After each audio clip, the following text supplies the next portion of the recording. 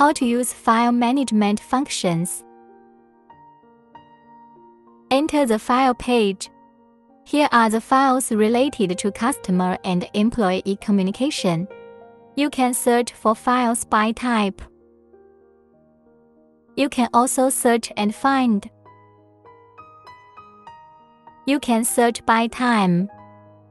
After selecting the files, you can click the Download button in the upper right corner to download the files.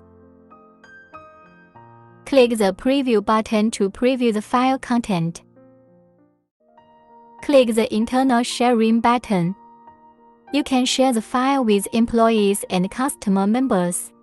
Click the External Sharing button. The file can be sent to the other party through a third party.